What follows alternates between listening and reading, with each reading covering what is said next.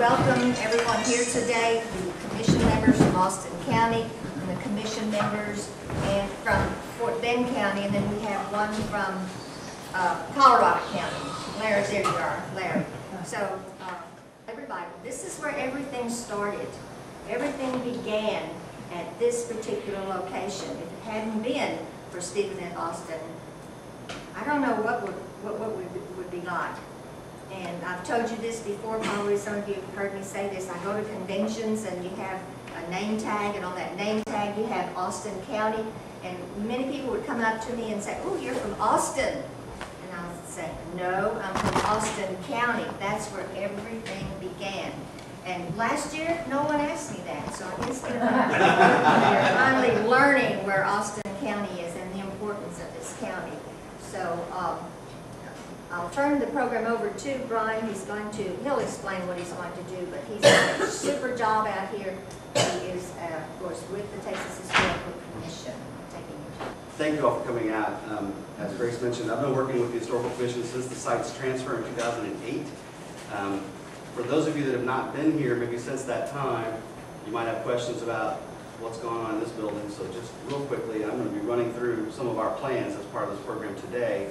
What had been the Josie Store Museum, which lived on state property beginning from the early 1970s until 2009, this building was generously donated to the state so that we could occupy a visitor center and start planning for some interpretation here at the site. The collection was not donated. Most of the collection is not related to the story we're here to tell. So most of it is not colonial. It's not things that we can curate effectively and utilize in an Austin Colony Museum. So we still partner with, it's actually our friends organization that both owns that collection and supports us. So we're looking at various options for a new home for them. The local community comes to us a lot and says, when are you going to put all that cool stuff back in here? And of course our problem is, from a state curatorial standpoint, this is a great building. It's one of the oldest buildings in the county. It's also, by modern architectural standards, the equivalent of a barn. And so from a security standpoint, from a fire security standpoint, we can't justifiably put artifacts back in here. There were thefts in the collection of the old Josie Store Museum, so we don't really want the state's name to inspire more of that kind of trouble. Not to mention, and I'll get into this a little bit more, we're going to have a very interesting museum operational model that I hope you'll appreciate and maybe help us with as we go forward. I didn't pay Grace to make that first comment, but I would welcome you to Austin. So while she's had that confusion in the past, people that lived here in San Felipe did refer to the town as Austin pretty regularly. So the very first newspaper printed here by G.B. Cotton, if you go back and look at the masthead of the Texas Gazette, it usually says it was printed at Austin. So sometimes I appreciate that confusion, but I understand Grace's frustration. So welcome today. What I'm going to talk to you about essentially is how we're looking at building a meaningful museum experience here. And I mentioned it being 72 and or 87 years in the making because there is a lot of odd political history to this site and how it has developed or not. It's a unique opportunity because there is no museum of a large scale being planned anywhere in Texas on a theme as big as this one that I know of. So we have a chance to do something that no one else is even thinking about right now. So just to give you a little sense of what happened here at San Felipe, obviously the town was burned during the runaway scrape. The town was lost. Stephen F. Austin died that same year, so a lot of its value in terms of the colonial history was seemingly lost right there at the time of the Revolution. In the 1920s, the local community starts thinking about ways to commemorate the site. What do we do so that no one forgets this history? As you can imagine, many small communities are thinking about the centennial coming up. Stephen F. Austin's remains have been moved to the state cemetery just a decade before. So there's a lot of heritage-minded, heritage tourism seeds getting planted. The Alamo is emerging to a degree. And so the locals here are wondering what's going to happen to all these stories that really aren't being told anywhere significantly. The first effort to give this property to the state of Texas took place in 1925. And the state said, thanks but no thanks. History's kind of a loser. We don't have a lot of money. We're not really anxious to do that. And so over 15 years, there was a discussion between the locals and the state about who would own this property, who would develop it. In that intervening time, practically everything you saw coming in that has a memorial component was done by the local community. The well, which was encased in concrete in the 1920s, late 1920s, the obelisk piece, which was staged in 1928, which is the same year as the well. Those things were all done before the state owned the site. The centennial statue was planned, of course, as part of the centennial celebration, still at a time that the state did not own the site.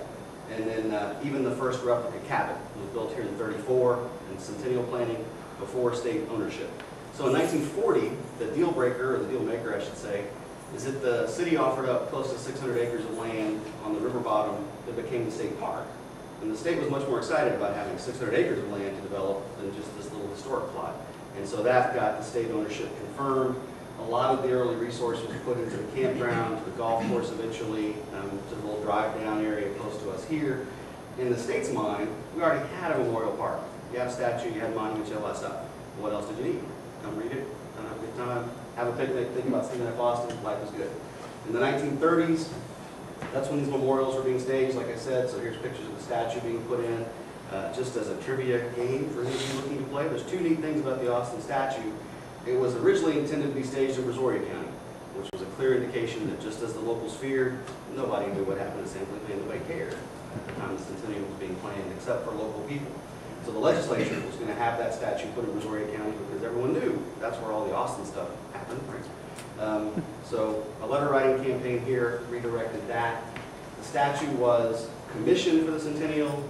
It was staged in the fall of 1938, so it was not here. You'll see centennial reports about a lot of these statuary that suggest they were in place when people were celebrating the centennial. Most of them had funding issues that caused a delay. Not to mention, as an employee of the government, I think I can fairly say, the legislature is not real in tune with how long it's going to take an artist to do something like that. Anyway, there's an image of that first that first replica cabin building that was built in 1934. That picture was probably taken about 1940. Of course, you can see the centennial right there in front of it. So between 1940, when the state takes ownership, and I could say today, but I listed it as 2011, these are the things that were done to improve the site. In the 1970s, because this building, which was not on state property at the time, was jeopardized by the construction of the Brazos River Bridge, a partnership was made with Parks and Wildlife to move it onto state property and run a private, nonprofit museum on state property as an additional resource. State loved it because required no significant staffing commitment, volunteers run the museum, it was a win-win for them, and then the collection evolved over time during some of that early days, although most of it was already obtained. The only other improvement to the site, really since that time, outside of conservation and some restoration work, is the addition of the outdoor panels that you saw. We're now working on this interior installation. I know some of you are looking at that, and I apologize for some of the kinks that we're still working out, including lighting, including frames that, as my grandfather liked to say in his carpentry days, somebody measured once, right? So we're having our frames redone. But anyway, that's the only improvement the state has made up to now. The plan is to build an Austin Colony Museum. So I get asked in the community all the time, what are you going to do with an Austin Colony Museum? What's out there? What kind of stuff could you show off? And the good news is there is a lot of good stuff. The challenging news is, as I kind of alluded earlier, our operational model is going to be much different than most of the museums in your communities, where people give them great stuff and they get to conserve it and display it and share those stories. Most of the stuff we want already belongs to somebody else. So there are going to be a lot of politics to figuring out how we can negotiate getting things here. It's a great opportunity. When I got involved in this business almost 15 years ago, I was working as a consultant advisor with a lot of small museums, and everyone believed the way you get people to come back is you have a lot of temporary exhibits or you change things out all the time. Well, we will be testing that theory by necessity, because we're going to have to change things out a lot. So we'll be working on themes with curators in Austin. I'm sure once we build the building here, we'll have to have a full-time curator that works for us, who's responsible for this process. But there's some really neat stuff that we know is out there. Obviously, there are a lot of images of Stephen F. Austin, some of which, many of which belong to the state. So from that perspective, we can provide kind of an historic view shed of what Stephen F. Austin looked like and what people perceive of him as the father. There under the boughs of roses you lie, with a blush on your cheek, but a smile in your eye. Will you smile, my beloved? Will you smile, my beloved?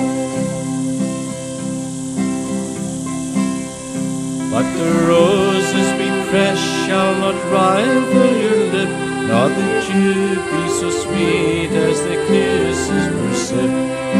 Will you kiss me, my beloved? Will you kiss me, my beloved?